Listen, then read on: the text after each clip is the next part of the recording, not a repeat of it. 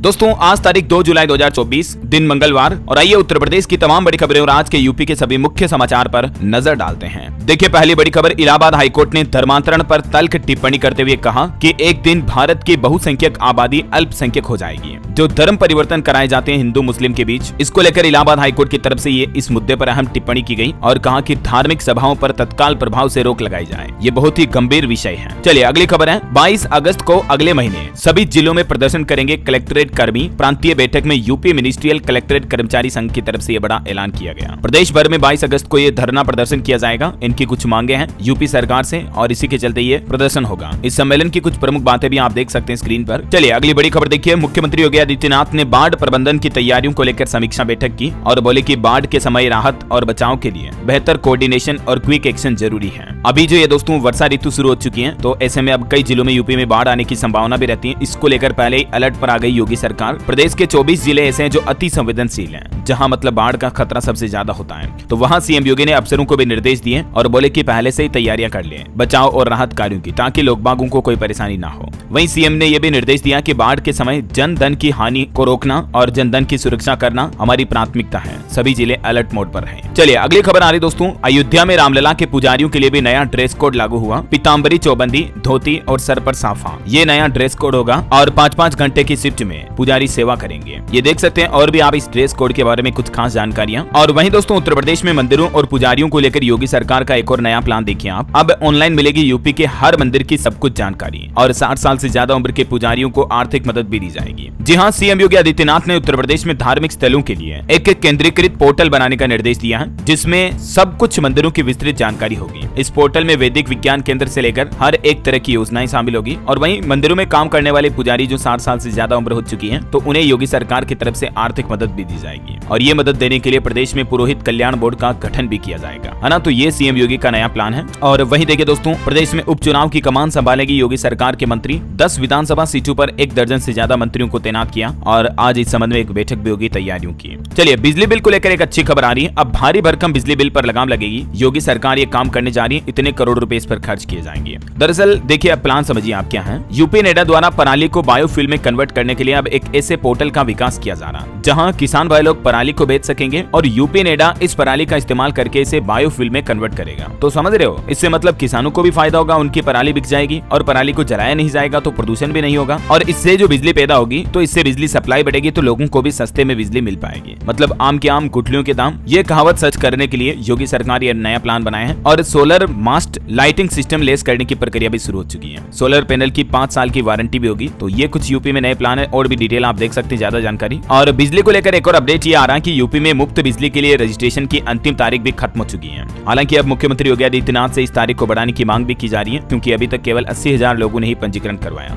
जो किसानों के लिए योगी सरकार मुफ्त बिजली योजना लेकर आई थी ना, तो लाखों किसानों वाले उत्तर प्रदेश में अब तक केवल 80,000 किसानों ने इसके लिए रजिस्ट्रेशन करवाया। तो इसलिए इस योजना के बढ़ाने की भी मांग हो रही है वापस। और वैसे किसान भाई लोगों के लिए एक और अच्छी खुशखबरी देखिए आप। फसल अवशेष प्रबंधन वाले कृषि यंत्रों के लिए भी 2 जुलाई आज से आवेदन कर सकेंगे किसान भाई लोग और इससे किसानों को कई लाभ भी मिलेंगे। ये प्रक्रिया आज से शुरू होने जा रही है, जो 16 जुलाई तक चलेगी। पीएम मोदी और सीएम योगी की डबल इंजन सरकार किसानों को फसल अवशेष प्रबंधन वाले कृषि यंत्रों पर जो अनुदान दे रही है, तो उस योजना के लिए आज से फॉर्म भरना शुरू हो चुके हैं। और भी ज्यादा जानकारी देख सकते हैं आप दोस्तों इस योजना के बारे में agriculture.up.gov.in। इस पोर्टल पर ऑनलाइन आवेदन करना पड़ेगा किसान भाई लोगों को जो इसके लिए फायदा लेना चाहते हैं, और ई लॉटरी की सूचना वगैरह भी मिल जाएगी। और भी ज्यादा डिटेल्स आप देख सकते हैं। और किसानों के लिए एक और नया नियम भी देखिए आप। अब हर किसान को करानी होगी फार्मर रजिस्ट्री। किसानों का ये कार्ड बनेगा, बिना इसके कोई लाभ भी नहीं मिलेगा। जी हाँ, दरअसल फार्मर रजिस्ट्री के लिए एक शर्त ये भी होगी कि किसान का आधार कार्ड नंबर और खतौनी मोबाइल नंबर जो कि आधार कार्ड से लिंक है, ये जरूरी होगा, मतलब आवश्यक होगा इसमें फॉर्म भरने के लिए। सभी प्रक्रिया पूरी करने के बाद किसानों को एक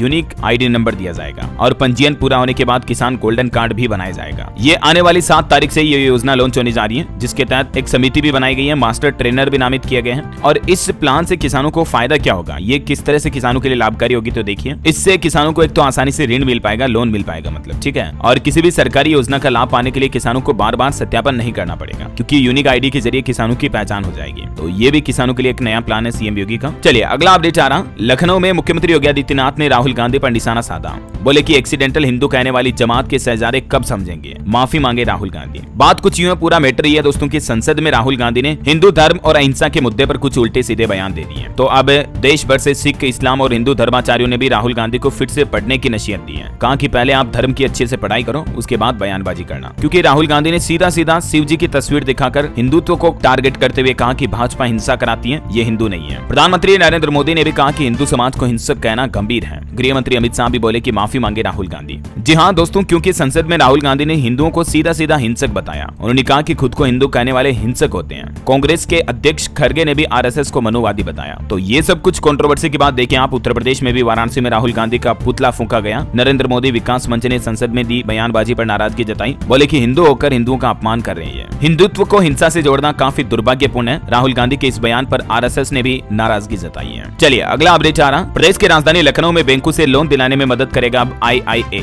मंत्री राकेश सचान ने कहा कि MSME सेक्टर से मिल रहे सबसे ज्यादा रोजगार और MSME को अब लोन दिलाने में ये नया सिस्टम भी काम करेगा। चलिए खबर है दोस्तों, देखिए उत्तर प्रदेश के 55 शहरों में भारी बरसात हुई। अलग अलग जगहों पर 9 लोगों की जान चली गई। इटावा में घुटनों तक पानी भर गया। श्रावस्ती में राप्ती नदी खतरे के निशान से ऊपर बह रही है। और भी मैं आपको मौसम अपडेट विस्तार से बताऊंगा आगे। फिलहाल देखिए आप अगली खबर। योगी का VIP कल्चर हटाओ अभियान प्रदेश के डिप्टी CM को पसंद नहीं आ रहा। कानपुर में ब्रजेश पाठक बोले कि कार्यकर्ताओं से पुलिस बदसलूकी बर्दाश्त नहीं कर सकती है। और खबर देखिए, अयोध्या में साइबर अपराधी ने पुलिस बनकर मांगे 4000 रुपए। चोरी हुए सामान वापस करने के बदले डिमांड मांगी। पीड़ित थाने पहुंचा तो ठगी से बचा। ऐसे ठगों से आप भी सावधान रहें। आए दिन ऐसी घटनाएं सामने आती रहती हैं। और दोस्तों कल जो डॉक्टर्स डे था, इस मौके पर भी देखिए आप डांस और मस्ती के बीच डॉक्टर्स डे का सेलिब्रेशन किया गया। IMA आगरा ने किया सूर सदन में कार्यक्रम। डॉक्टर्स को सम्मानित भी किया गया। इस मौके पर लखनऊ में भी नीट स्टूडेंट्स को सम्मानित किया गया। जहां एक तरफ देश में नीट एग्जाम को लेकर कंट्रोवर्सी चल रही है, लेकिन यहाँ नीट स्टूडेंट्स को सम्मानित किया और मौलाना खालिद रशीद बोले कि शिक्षा से ही समाज में सुधार आएगा। वहीं देखिए बड़ी खबर, लखनऊ में बारिश के दौरान बेसमेंट की खुदाई करने पर अब रोक रहेगी। जोनल अधिकारी और XEN खुद करेंगे निरीक्षण। चलिए खबर है, कृषि सार एक दृष्टि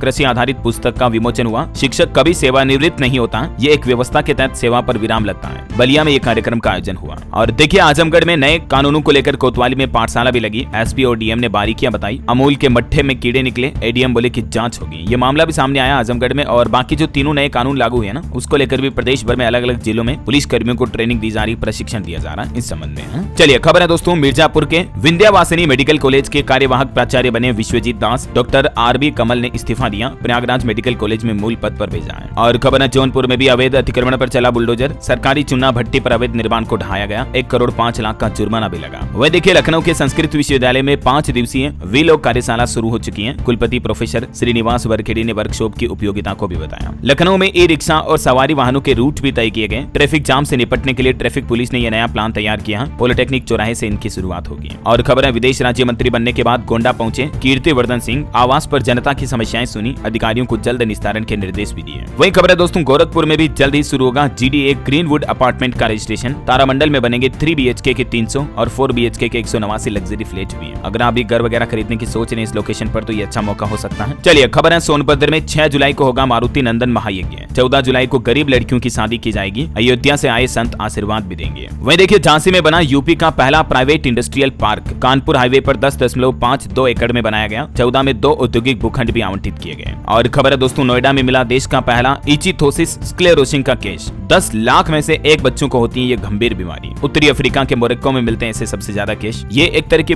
मतलब सिंड्रोम है, बच्चों में होने वाला, बहुत ही रेयर दुर्लभ है। इस बीमारी से त्वचा और यकृत दोनों में इफेक्ट होता है। ये बीमारी के कुछ प्रमुख लक्षण भी आप देख सकते हैं। शरीर सूख जाता है, मोटापन, यकृत की सूजन वगैरह वगैरह। चलिए अब अपन आज के मौसम अपडेट पर नजर डाल लेते हैं, कैसा रहेगा यूपी में मौसम का हाल। और अभी तो अपन कुछ और महत्वपूर्ण और काम की खबरें देखेंगे दोस्तों, लेकिन खबरों में आगे बढ़े इससे पहले आपसे एक छोटी सी गुजारिश ये है कि अगर आपने डेली यूपी न्यूज चैनल को अभी तक भी सब्सक्राइब नहीं किया ना, तो इसे सब्सक्राइब करके बेल आइकन दबा दीजिए और इस वीडियो पर एक छोटा सा प्यार भरा लाइक भी कर दीजिएगा, ताकि आपको अपने राज्य उत्तर प्रदेश की तमाम बड़ी खबरें और यूपी के डेली मुख्य समाचार तुरंत आपके मोबाइल पर मिलते रहेंगे। चलिए बिना टाइम वेस्ट किए सीधा आगे बढ़ते हैं मौसम अपडेट में। तो देखिए वैसे तो मानसून को लेकर मौसम विभाग ने अलर्ट जारी किया और कहा कि जुलाई में देश भर में सामान्य से ज्यादा बारिश होगी। और उत्तर प्रदेश में भी अभी अधिकतर जिलों में बारिश के हाल चल ही रहे हैं। मैंने आपको बताए भी थे कुछ जिलों के हालात। और अभी भी अगले 3-4 दिन तक पूरे प्रदेश में भारी बारिश की चेतावनी है, क्योंकि अब मानसून भी पूरे प्रदेश में पहुंच चुका है। तो सावधान रहिएगा, ध्यान रखिएगा, है ना। ये कुछ जिलों की लिस्ट भी आप देख सकते हैं। चलिए मौसम के बाद आगे बढ़ते हैं खबरों में। देखिए उत्तर प्रदेश में कांग्रेस संगठन में बड़ा बदलाव किया जाएगा। कई जिलाध्यक्षों को भी बदला जाएगा।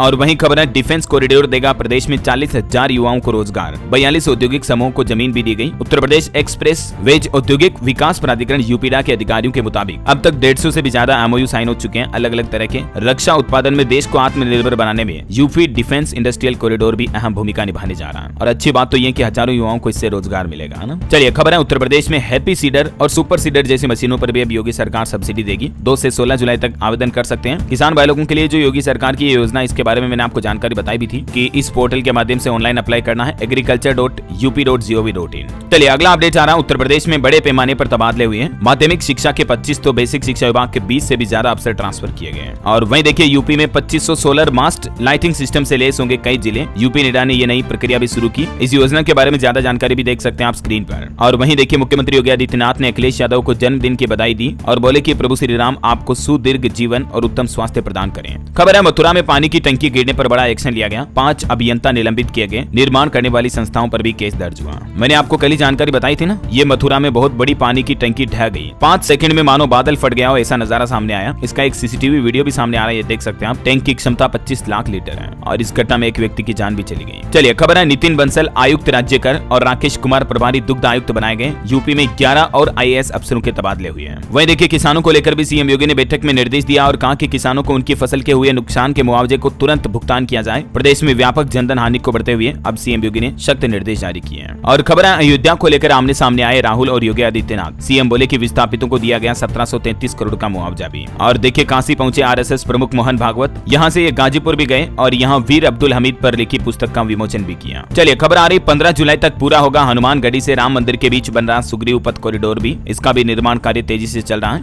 और वहीं देखिए दोस्तों, लखनऊ हाईकोर्ट से राहुल गांधी के खिलाफ दायर याचिका को खारिज किया गया। राहुल गांधी की नागरिकता को लेकर ये चुनौती दी गई थी, उन्हें ब्रिटिश नागरिक बताया गया था। और लखनऊ हाईकोर्ट में ये केस चला तो जज ने पूछा कि राहुल गांधी विदेशी है, ये आपको कहां से पता चला। याचिकाकर्ता से ये सवाल किया और याचिकाकर्ता भाजपा कार्यकर्ता भी था। ये बात भी उसने याचिका में छुपाई थी। हाईकोर्ट ने कहा कि फिर ये बात भी क्यों छुपाई, मतलब पॉलिटिकल मामला हो गया है। तो चलिए अगला अपडेट आ रहा है दोस्तों, खुशखबरी है। ग्रेटर नोएडा में 5 बिल्डर भूखंडों की योजना लॉन्च हुई। प्राधिकरण को 500 करोड़ रुपए मिलेंगे। और अगर आप भी नोएडा ग्रेटर नोएडा में फ्लैट प्लॉट वगैरह खरीदना चाहते हैं तो ये अच्छा मौका हो सकता है। चलिए कुछ नेशनल न्यूज अपडेट देखते हैं दोस्तों। देखिए जुलाई महीने की शुरुआत में एक तो कॉमर्शियल गैस सिलेंडर 31 रुपए सस्ता हुआ है। जो 19 किलो वाला कॉमर्शियल सिलेंडर आता ना, वो आपको 31 रुपए सस्ता मिलेगा। और ये रेटों में कटौती के बाद देश के अलग अलग बड़े शहरों में रेटों की लिस्ट क्या चल रही है देख सकते हैं आप। हालांकि जो दोस्तों हमारे घरों में रसोई गैस सिलेंडर आता है 14 किलो 200 ग्राम वाला खाना बनाने का, उसके रेटों में कोई बदलाव नहीं हुआ। लास्ट टाइम फरवरी में बदली थी इसके रेटें और उसके बाद अभी तक कोई परिवर्तन नहीं हुआ। ठीक है, और बाकी 1 जुलाई को पेट्रोल डीजल के दाम भी बदल चुके हैं। उत्तर प्रदेश, बिहार समेत कई जगहों पर पेट्रोल डीजल महंगा हुआ। कुछ पैसों से लेकर 1-2 रुपए तक की बढ़ोतरी देखी गई देश के अलग अलग राज्यों में। डिटेल आप देख सकते हैं। और वैसे आज से टाटा कंपनी की कॉमर्शियल गाड़ियां भी 2% महंगी हो चुकी हैं। हीरो कंपनी ने भी अपनी 2 व्हीलर के दाम में 1500 रुपए तक की बढ़ोतरी की है। कंपनियों का कहना है कि लागत बढ़ने के चलते ये फैसला लिया गया। और मोबाइल रिचार्ज तो महंगे हो चुके हैं, मैंने आपको बता ही दिया था पहले। इसके अलावा जियो ने देखिए आप 395 रुपए और 1559 वाले 2 रिचार्ज प्लान को बंद भी कर दिया।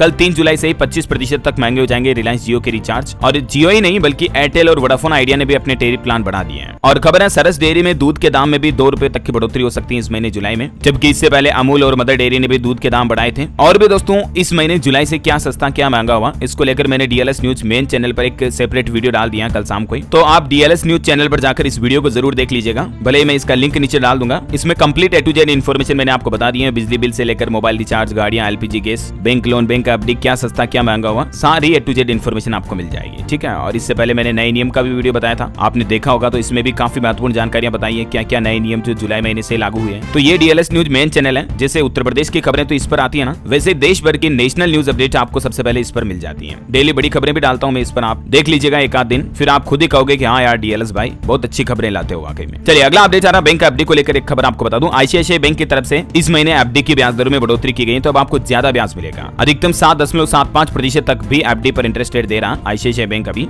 और ये अलग अलग दिनों की FD पर कितना इंटरेस्ट मिलेगा, ब्याज मिलेगा, मतलब इसकी लिस्ट भी आप इस टेबल में देख सकते हैं। चलिए अगला अपडेट देखिए दोस्तों, सजा की जगह न्याय मिलेगा, देरी की जगह त्वरित सुनवाई होगी। ये जो हमारे देश में नए आपराधिक कानून लागू हुए, इनको लेकर गृह मंत्री अमित शाह ने कहा, तीनों नए क्रिमिनल कानून पर बोले कि मॉब लिंचिंग कराने पर भी अब फांसी तक की सजा होगी। ये 3 नए आपराधिक कानून आज से लागू चुके, मतलब जुलाई से ही। अब दंड की जगह न्याय मिलेगा। 77 साल बाद भारत में स्वदेशी न्याय व्यवस्था लागू हुई, क्योंकि पहले ये तीनों आपराधिक कानून अंग्रेजों के जमाने के थे, लेकिन अब ये भारतीय कानून के अनुसार लागू हो चुके हैं। और ये नया कानून में एक और प्रावधान ये भी है कि अब अगर कोई दूसरी शादी करता है तो उसे 7 साल तक की जेल की सजा भी होगी। कुछ और सरल भाषा में मैं आपको भारत के तीनों नए आपराधिक कानूनों के बारे में बता देता हूँ जानकारी। अब तारीख पे तारीख वाला मुहावरा भी खत्म हो जाएगा। पीड़ितों के पक्ष में ये नए कानून। देखिए देश के कई IAS अफसरों का भी क्या कहना इन कानूनों पर। रिटायर्ड IPS गिरधर नायक बोले कि क्रिमिनल जस्टिस सिस्टम को इससे फायदा होगा। SP अभिषेक पल्लव का कहना है कि पुलिस इन्वेस्टिगेशन में तेजी आएगी। रिटायर्ड IPS राजीव माथुर भी बोले कि पीड़ितों के पक्ष में है ये नए कानून, और इन कानूनों के जरिए आप घर बैठे एफआईआर भी दर्ज करवा सकते हैं, क्योंकि ई एफआईआर की सुविधा मिलेगी, आप अपने मोबाइल के जरिए एफआईआर दर्ज करवा पाएंगे। और भी दोस्तों ये कानून लागू होने के साथ ही हमारे देश में क्या क्या बदलाव हुआ, ये कुछ लिस्ट आप देख सकते हैं, कंप्लीट इन्फॉर्मेशन। ओके, और चलिए अगला अपडेट आ रहा स्टूडेंट छात्र छात्राओं के लिए देखिए आप। उत्तर प्रदेश में हाई स्कूल और इंटर बोर्ड परीक्षाओं के लिए आवेदन 5 अगस्त तक किए जा सकेंगे। यूपी एमएसपी की तरफ से शेड्यूल भी जारी किया गया। और सरकारी नौकरियों को लेकर भी एक अपडेट आपको बता दूं, आईबीपीएस क्लर्क का नोटिफिकेशन जारी हो चुका है। 6000 से ज्यादा पदों पर भर्ती की अधिसूचना जारी हुई, ये देख सकते हैं आप। ऑफिशियल नोटिफिकेशन भी 1 जुलाई से इसमें आवेदन शुरू हो चुके हैं। 21 जुलाई इसकी लास्ट डेट है, ठीक है। 21 तारीख तक आप आवेदन कर सकते हैं, और भी ये डिटेल वगैरह देख लीजिएगा। चलिए अगला अपडेट देखिए। भारतीय सेना में पहली बार शामिल किए गए स्वदेशी चिप वाले मोबाइल बेस स्टेशन, और इससे भी इंडियन आर्मी की ताकत और बढ़ेगी। भारत की एक और उपलब्धि देखिए दोस्तों, भारत ने बनाया दुनिया का सबसे तगड़ा विस्फोटक सेबेक्स 2